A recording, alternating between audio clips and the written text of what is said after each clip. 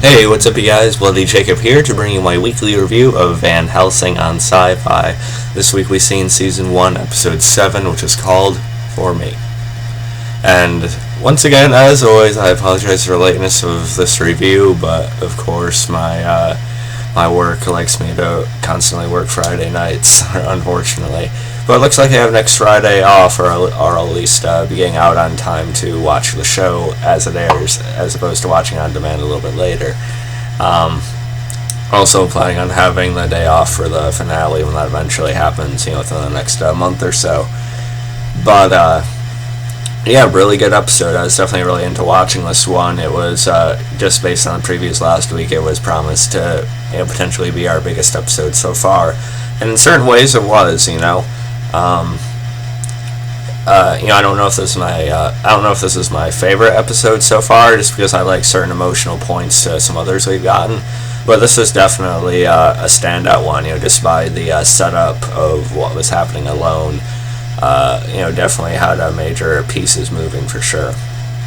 When we got to see Dmitri again in this episode, he was asking the doctor, of course, who has been working alongside Rebecca, more about Rebecca, her connection to Shima, her human, pet, as they put it. They don't really know what she sees in her. And like I talked about Rebecca before, I think she does have this weird, almost sort of fascination with humans in a certain way, or maybe to a certain extent. And I feel like Rebecca sort of maybe has more connection to her human side than the others do. I'm guessing she's almost as old as Dmitri, but probably not quite. But who knows? They could have both turned at the same time. I don't know. But I found it interesting just how much of a divide there actually is with Dmitri and Rebecca. We knew that from previous episodes lately that Rebecca, Julius, and Dmitri all sort of have opposing ideas or stances and stuff like that. They're not completely obviously Julius is broken off, but even Rebecca and Dmitri aren't really completely a functioning unit either.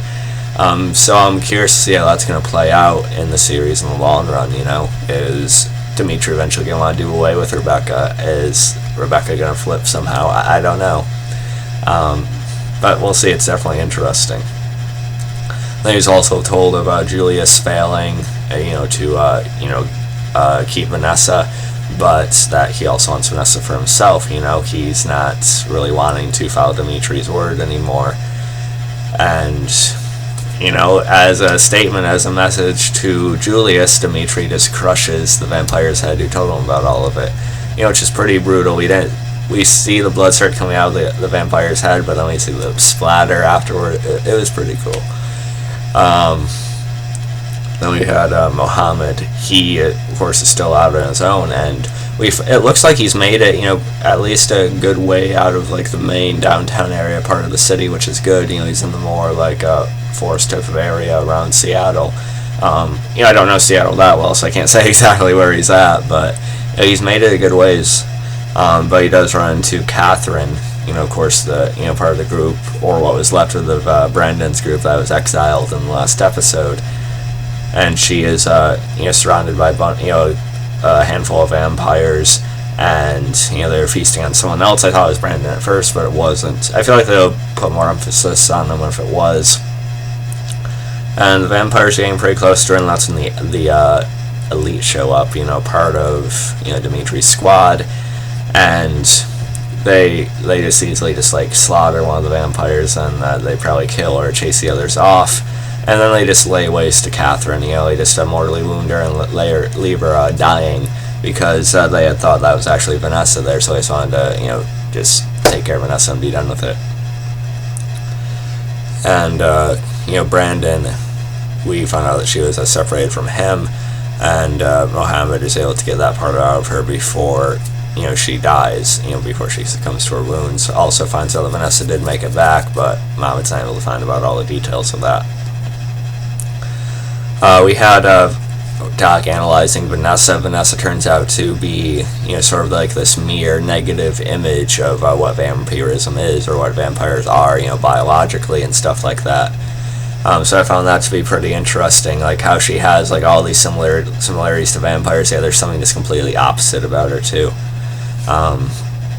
and like I talked about in the last video, it seems like she has some like vampiric tendencies once in a while when she's fighting. So I'm eager to see how much more that's explored as the show goes along. Of course, we had John and the others questioning the safetiness of the bunker. Just how all the lights are just starting to go out. Just like this random things shutting down left and right, and it's just panic mode right now, really, as if it wasn't from episode 1 or 2. Vanessa's also still not healing like she should, like she originally was anyway, and she said she's feeling weak like a human. And as all this is going on, Julius and his small army are surrounding the building, and I like the scene of Julius sort of using blood as like war paint in a way, and just riling all his vamps up, including Rowland or Scab.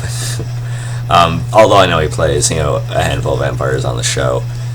And I like that. I like that, holding their heads against each other and just sort of getting them into that battle-ready mode, to pep them up. Julius would probably take my head off if I associated the word pep with him. But it was still pretty cool. And they do this battle cry thing, and we actually had some pretty intelligent tactics used by how Julius was sending his vampires, and you have a few of them that have to sacrifice themselves to get close to the lights outside the entrance, outside the door, and they have to burn themselves, to trying to take out the lights, so he knew he had to do it in that way. And let's see. And Doc, she has this wound with Vanessa, of course the bite from the the feral vampire in the tunnels. And Doc gets the idea that she has to cut into Vanessa, but whenever she used the scalpel to cut into her, it would heal too fast, because that part was still, sort of semi-healing. She couldn't quite get into it enough before it would do that. And then, so, I was a little bit surprised by John actually helping out here. I feel like he just tried to, kill her, if anything, or, try to sacrifice her or something like that, which, as it's pointed out by Axel, obviously later, that even if they did give Vanessa over, what do you really think would happen after that? Would the elite show up later? We'll talk about that in a few minutes, but would they just like, oh hey, thanks, I'll see you later? Chances are they probably kill them all no matter what. So, but I was still surprised by John helping out here, and he's able to pull it apart, and that allows Doc to get into it a little bit more, and she pulls out this tooth from Vanessa, is likely from that vampire. And that was likely what was causing all the poison in her body, all the toxin and stuff like that. So Vanessa definitely has to be a little bit more wary of those things. Probably not just wrestle with it, perhaps. I don't know. Although that scene is still pretty awesome. So we had that. Then we had Axel, Sam, and Susan sort of taking up arms for the first defense. At the escalators as when the fires were coming up. And they're able to shoot a few of them down, but it's just kind of a never-ending thing.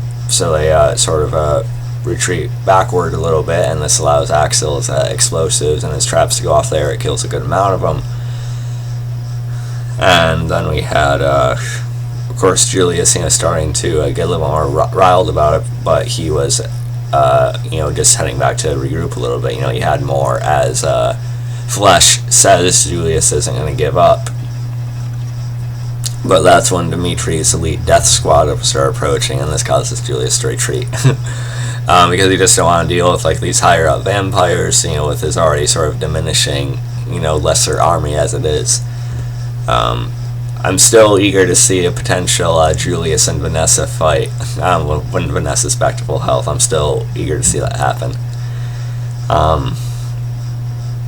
Then we had Vanessa. We get this idea that her blood can maybe act as a chemical weapon at some point, but they need a lot of it.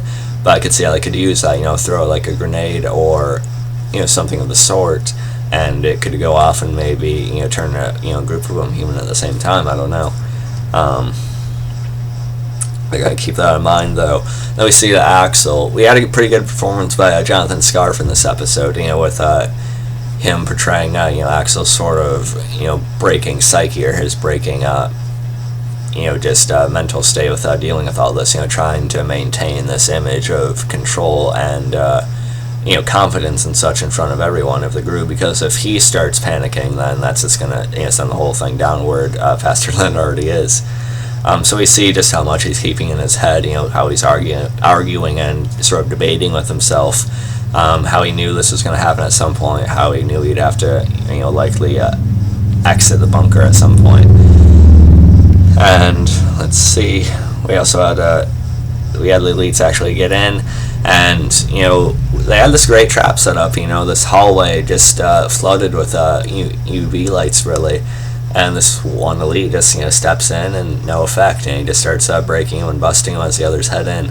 We find out that's actually the one that initially I think it was the one that initially attacked Vanessa in the apartment, back in that we seen in the second episode. And of course, when he had been into her, he had turned back into a human, sort of stumbled off, past Dylan and such.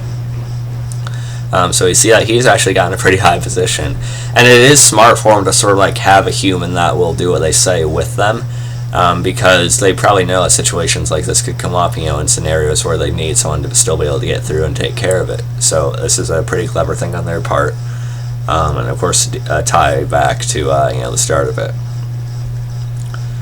And then Nicole, I haven't talked a lot about Nicole in my videos. Not that the actress does a bad job, the actress does a fine job, but I always found Nicole to be a bit frustrating throughout the show so far. And she starts going into panic mode. She sort of gets separated from the rest of the group as one of the elites sort of starts stalking after her, and she shoots it a few times but can't bring it down, and she just puts it into it right there. She shoots and kills herself, which is of course dark to see. Like I said, I found Nicole to be pretty frustrating. She didn't really do a whole lot, to be honest, but the actress still did a fine job, and it's still unfortunate to see any of the survivors, have to do that to themselves.